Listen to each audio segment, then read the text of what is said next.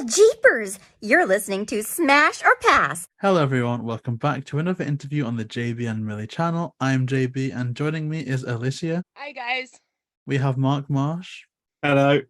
And the incredible guest that we'll be interviewing today is Mr. Jim Meskimen. Welcome and thank you so much for joining us. Hello. So I would love to get a kind of grasp around the start of your career because we've all been admiring your work for such a long time now. It's so surreal to speak to you today. But, just going through stuff like IMDb, we've seen that you've done some acting, you've also done some writing and also producing as well. So going back to the start of your career, was doing all these three aspects always part of the plan or did one kind of lead into another? Well, first of all, thank God for IMDb.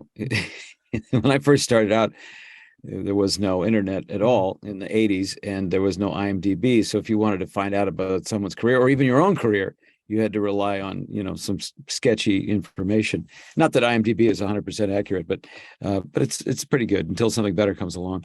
I started out actually in my career as a working person, as an illustrator, and when I was younger, I really wanted to be a cartoonist, maybe political cartoonist, maybe a satirist, like Mad Magazine kind of stuff. And that's where I trained myself essentially to do for a living. And it is what I did for a living for a while. But then I realized I wanted a more social kind of art form to spend my life doing. And so I got into acting and theater and really enjoyed that. Did I see myself becoming a writer and producer and all that? I haven't produced a lot of stuff outside of audio, but I guess I feel like, there's so many things that an artist can do, and you should kind of know how to do a little bit of everything. And it just helps if you're a bit of a Swiss Army knife in that sense because I mainly write my own material. And it's good because then I don't have to hire or find another writer and explain to him what I like. It's very, or him or her, what it is that I'm trying to get across. It's all in-house.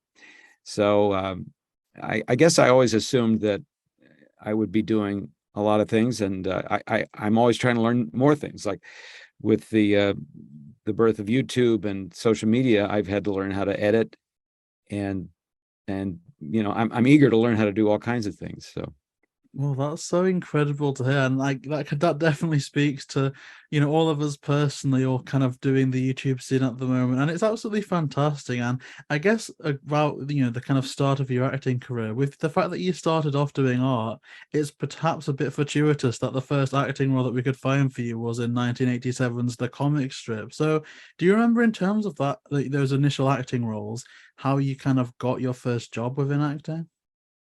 Well, yes, my first job is about 10 years before that. Maybe not 10 years, pretty close to 10 years. I think I was on Happy Days in I think it was 1977 or 76 or 77. Anyway, somewhere around there. I was still a high school student. I remember I was 17 years old. And because my mother is on the show, and I knew everybody on the show, and they'd all watch me grow up. In season 5, they threw me a bone and gave me this little part. But I was in the now famous scene or the episode where Fonzie jumps the shark, which is in America anyway become a kind of an expression. When a show has jumped the shark, it's already a kind of a saying.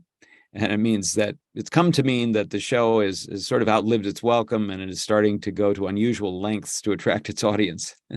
And so I was in that famous episode. I was a kid on the beach that said, "They got a shark out there." And I described what was happening and gave a little exposition so the thing could move forward. So that was kind of like a one-off. I didn't really audition for it. Obviously, I got it because my mom was in the show and they needed somebody. And the director's son was running next to me. We both were in the scene together. Jerry Paris's son, Andy. So when I actually sought to be, a professional actor and really worked and auditioned, indeed, that was one of the first jobs that I ever had was the comic strip, and that also was kind of fortuitous. I've Blanche Dubois my way into a few jobs, depending on the comfort of strangers, And I was working at Rankin Bass Productions in New York City, who did all kinds of animated shows, stop motion shows, Rudolph the Red-Nosed Reindeer. And they were working in cell animation. They were doing Thundercats. And early on in the process of Thundercats, the original series, I was brought on as a storyboard artist, and then later a character designer. And I worked for them for about a year. And then I started to go freelance because I was pursuing more acting work. But they did ask me if I wanted to audition for them one day for a new series, the comic strip. So, I took off work early. I went downstairs, I did the audition, and they gave me the job.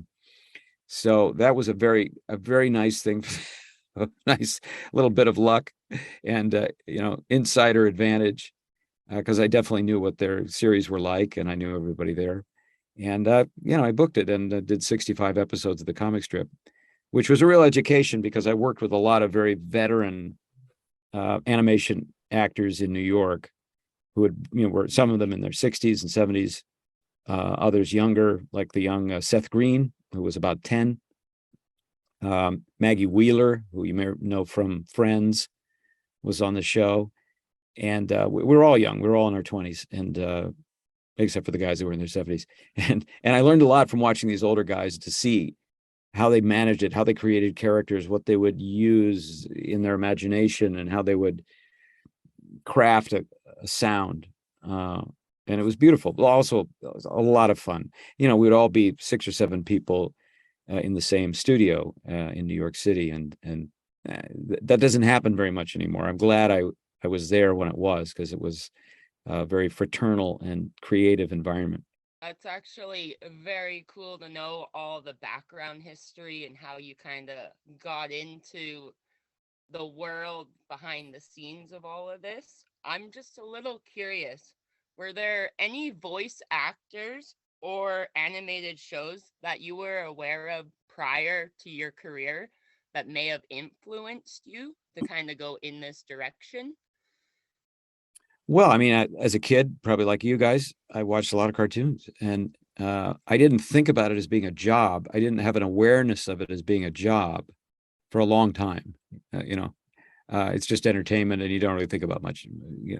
There's directors and there's recordists and engineers, and you don't think about that. But when I was 18, I got a job at Hanna-Barbera Studios in Los Angeles. I'd come home from college. I was just sort of lonely, and I missed my girlfriend at the time. And I came back home from college, and for a few months, I was just kind of laying around figuring out what to do and not doing too much. And my mom, again, the fountain of all benefits, my mom introduced me to some people at Hanna-Barbera, and I got they had a training program there, and I went to that training program once a week, and they started hiring me for various little freelance jobs. And then I got hired for like a regular job. Like I'd go to the office every day. I'd go to Hanna-Barbera, drive the hour it would take in the morning to get there, and work with these great old timers who were doing this crappy show called Jana of the Jungle, which was just a real piece of crap. And but they were outstanding artists whose talents were basically being wasted. I worked with Doug Wildey, who developed and created Johnny Quest. And Don Rico, who was had been an early DC comic book artist, among other things. And so I got to see the world because I was at an animation studio. I got to see how there's layout, and there's character design, and there's in-betweening, and there's camera, and there's all these different departments that work together and pass on an assembly line, all these finished and unfinished pieces of business.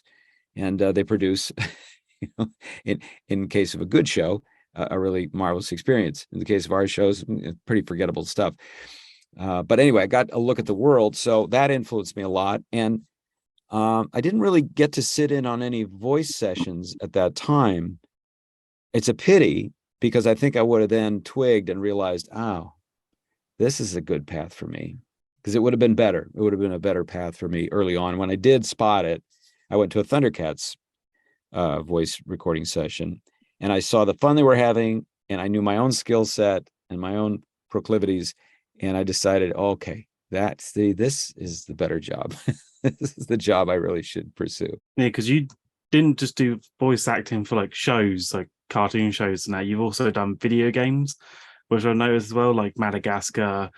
You also did the Rugrats Grown Up show that I used to watch when I was growing up, and you also done a few live action roles. Did you feel like it was more difficult changing from, voice acting to live action? It's different. Vice versa for games?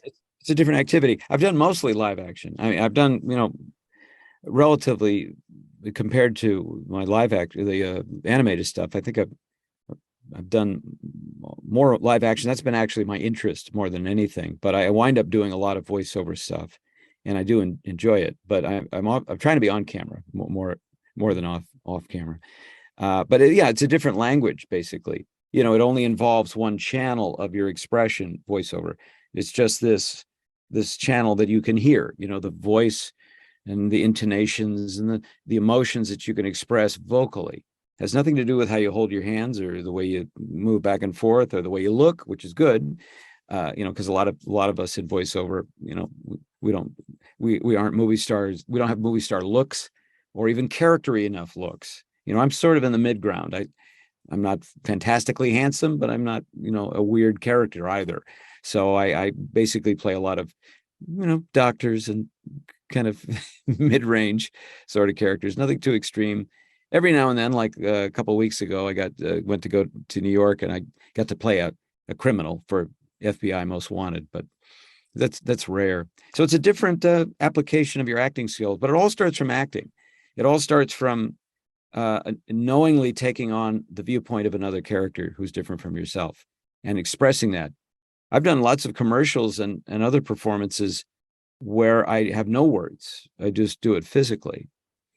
And then I've done some which are only singing, and they're all basically come from the same place, taking another viewpoint and sharing it with other people. Oh wow, that is incredible. And I do think that you've got such an incredible, talent for both, because you've got incredible on-screen presence, but also as well you've your impressions and the kind of voices that you can do as well. It's incredible for voiceover as well, and that leads me on to kind of, our main passion as a collective group doing these interviews, which is Scooby Doo. And of course, your introduction to the world of Scooby was as Robi and Agent One in Shaggy and Scooby Doo Get a Clue, which I remember watching as a child. It's just so incredible to hear and to see that that's lasted. That's so nice. Nobody ever talks to me about it, so I'm grateful to talk to you about it. I had a great time on that show. Oh, I just can't wait, because it was just a show that you can rewatch and you almost forget how funny it is. So I'm curious to know, because it's again, immortalized into the world of Scooby now, prior to being involved with that show, what was your, knowledge of the Scooby franchise? Yeah, pretty limited, really. I mean, I'd watched it when I was a kid, but it was by no means, as iconic or popular as it has become over the years. It was just yet another show in the Hanna-Barbera library of shows, and there were a lot of them. And I'd grown up with so many of them. So it was, I was aware of it. We all knew these little things, and and I would have gotten away with it too if you kids hadn't, we knew all those little iconic phrases. But when I remember very well auditioning for it, because it was late in the afternoon at a studio that Warner Brothers doesn't rent anymore, but not too far from my house. And I remember being in the lobby and looking at the copy and being a little discouraged, I guess, because I don't know. You look at things and you're like, well, how can I bring this to life and make this interesting? And the script was kind of fun, but I'm like, it's a robot. Okay, well, we all can kind of hear what a robot sounds like, and there's gonna be kind of mechanical thing, and it doesn't seem right to me. And then I just had this idea, some of the fun of these older shows or older Disney products in particular are these voiceovers that come from a different time that are just lighter and happier, and they don't mind being sort of showy and masculine and cheerful at the same time. And it's almost sort of silly. And so I thought, well, maybe Robi sounds like that. Maybe he's kind of enthusiastic and trying to make the best of it, but also sounding like he's an announcer. And so I tried that out in the audition, and they laughed really hard. And I think it had a lot to do with the fact that it was late in the afternoon, and they were all tired. I really do. And I came in with something really fresh, and they cracked up. And then it was one of those things where this happens all the time, where you think of something brilliant and inventive, and you throw it out, and everyone goes, "Oh, it's great." Yeah, we can't do that. And they begin to pull back immediately, even though it's like, well, the result was that you all laughed and enjoyed it. Shouldn't we take a second to notice that? Because other people might have that same reaction. You don't want to ever say that, but that's kind of the thought that goes through your head. And so I was kind of like, oh, come on, you guys. And I persisted in that read, and they continued to enjoy it. And the director is a guy who has become a good friend of mine named Kelly Ward. He's directed many, many great animated shows, and works a lot for Disney. And he said, "Thank you very much." And then I found out that I booked it, and I was just so chuffed, I believe, as you say in your country. We don't say it here unless we're talking about sticking luggage into a small space. Oh. So I really loved. Sorry, I didn't mean to interrupt. No, it's fine. It's fine. I loved Robi. I thought the voice for him was absolutely amazing. Like I'm still baffled that it's you and it's not like a little gadget that you're talking into to use to get his voice. But I noticed in the show that you were voicing two main voices in the series. Do you recall if you auditioned for both, or did you No, get I do one recall. naturally? Yeah, I do recall. It was just Robi. They didn't have those.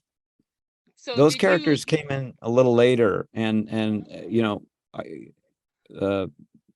they're modeled after, or they came to be modeled after Napoleon Dynamite and God, what's his brother's name? Skip, or what's his brother's name? I can't remember anymore. The shorter guy with the dark hair and the crummy little mustache. I just watched the show last night, and I can't remember his name. Oh my God. So it'll come to me. doing that, did you get to see the characters before you got to voice act them? Like, did you get to see what they looked like? So you got to pick the picture, exactly. Yeah, no, of course, that's always best if you can do it. And we used to do it at Rankin Bass. We used to do it with Thundercats. I would draw the character, and they would see it before they recorded it. And it's you get so much data from that, and so many ideas and stuff. It's the best way to do it. But it often these days does not happen, and you don't know what the thing's going to look like. But I'm trying to remember. I think it's very likely that we did see some sort of early rendering of those characters, because I forget, it was Jeff Bennett and I did one. I did the, God, what the hell's the guy's name? He's a wonderful actor. Aaron, I think the actual actor's name is Aaron something. Oh, this is terrible. I should have prepared for this. No, it's escaping us as well somewhat. Aaron Rule, is that his name, or is that? Anyway, but I think it's likely that we looked at those characters and went, oh, it looks a lot like Napoleon Dynamite and his crazy younger brother or older brother. And so we just try to keep it, gosh, Napoleon, just be this guy who's like, oh yeah, I was involved with cage fighting pretty intensely, and put that character on it, and fit pretty well. Great actors. Jeff Bennett is just amazing. Scott Menville, who played Shaggy in that iteration, and also a magnificent actor. Just a good actor. He's also an on-camera actor. He's fantastic. And the immortal Frank Welker. I hope he's immortal. He looks immortal. And I worked with Frank Welker on one of the first animated series I ever did for Hanna-Barbera, The New Adventures of Johnny Quest, which is now far from new. And Frank was responsible for doing Bandit the dog, and then other animals and creatures that came into the show. And I mean, his ability to do that is something just staggering, and that's who he is. He is got a library of authentic and imaginative sounds of animals and creatures. This huge bank of recordings in his mind that he can just recreate at any time. And also he's one of the sweetest people I've ever seen. Yeah, because when you did the Scooby Doo and Get a Clue, did you record on your own or did you do it with the rest of the cast? No, we were in a studio together. Yeah, it was because one of it's those great opportunities where we're all jammed in a decent sized room. it's always that one question everyone gets asked, like, did you do it all together or was it separate? Because most of the time they do it separate. I know. Last time I did something in a room full of people was I think Thundercats Roar. I've managed to get myself, I insinuate myself into every reboot of Thundercats just by, I tell them, hey, you know, I designed a lot of those characters. they put me in the show and I'm like, all right, I'm always looking for that edge, you know? You're the Stan Lee of Thundercats. That's right, the Stan Lee of Thundercats. Exactly. That's a great show. Oh. I wish I was, but Jules Bass was the Stan Lee of Thundercats, wherever he is. I think he lives in France. What a great guy. Love that, Jules. But if you're watching, Jules, contact me on Facebook. Oh, that's fantastic. Because you also did feature-length films as well, animated. I can't remember which Scooby Doo one you did, but was it Big Top? Yeah, Big Top Scooby Doo. Big yes. Top Scooby Doo. Yeah. Was it longer the film for them because there's a movie length, or was it like just the same as a normal show? Yeah, if I recall correctly, I did not have a major role in that. So I probably came in one afternoon, worked for about an hour and a half. And then a year later, they probably released it and I didn't see it. So some of these things I have very tight connection to. Others are these little things that pass by that you're like, I see them on my IMDb myself. And I go, which one was that? Don't remember that one. Have there been some where you filmed it, like you've done the voice actors for, but they never used the footage? Nothing comes to mind like that. I think generally they have it worked out. You know, they have to have a pretty set script before you start an animation because it sets so many wheels in motion, and you don't want to waste a lot of time. So there's no like bloopers or deleted scenes that like never made the final cut. Possibly. In the world of animation, it's so different because they just, you know, they're just looking for the right one. And I don't know what they do with the others. They just shred them. That's completely understandable though from that aspect. But of course, like Big Top again, like you mentioned, was probably more of like a fleeting thing, with it being, I guess, one of the side characters. But like you say, you've got a great, memory and great memories in and of themselves from working with Shaggy and Scooby Doo Get a Clue. So do you have like a favorite memory from, I guess, either those initial like cast recordings or just from working on that show in general? Well, it was so pleasant. It was so pleasant. Everybody was so pleasant. The creator, Scott Randomsky, I think his name is, was very charming, very fun. They were always open to ideas we had. And Kelly Ward, I love. He's just a great director, really easy to work with. And all the guys. And to be in a room with all those guys was just super fun. And we made each other laugh a lot. And because there's quite a bit of downtime when you're waiting for things to, I don't know, various moments where you have to wait in the process. And if you have 6 or 7 gifted voice people, they fill that time pretty well. They figure out, they share voices that they've seen on television. And Jeff Bennett could do everybody from Seinfeld. I remember it was amazing. And he's very versatile performer. And gosh, was Rob Paulson in that? He popped in from time to time. We had a lot of guest stars that would come in, very talented people, male and female, wonderful performers.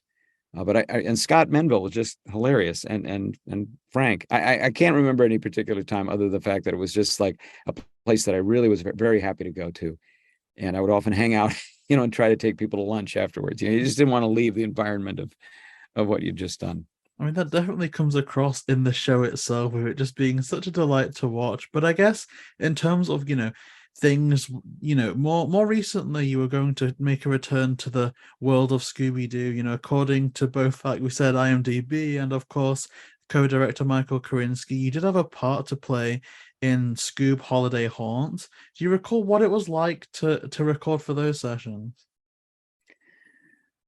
I don't. Did I actually do it? Do we know that for sure? Because it never was finished or it was scrapped or something, right? Yeah, well, it's on IMDb, and Michael Karinsky kind of released the cast list. Oh.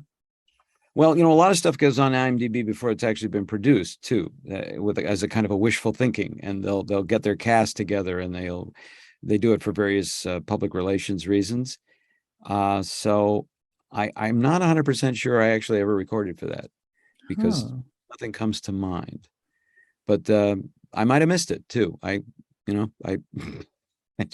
My perfect mind has small gaps in it that sometimes my foot gets caught in. Oh, see, that is interesting, because I mean, of course, it was scrapped as part of like quite a big thing that's going on at the moment with Warner's, with things being scrapped. I mean, as I guess a professional within the industry, what's your initial response to something being scrapped or shelved or anything of that nature? Oh, well, I've had that experience many times, and it's always disappointing unless it isn't. But I was just thinking of it past my mind. There was a series that I was on one time that was so dreadful that I was like, please don't make a season 3. Please don't make a season 3. And I got my wish. But in most cases, and I have had stuff that just, never got released or didn't get released broadly, or didn't get marketed enough, and so nobody saw it. And it's disappointing, because you're trying to create, as an artist, you're trying to create an effect. You're trying to reach people. You'd like to hear what people thought.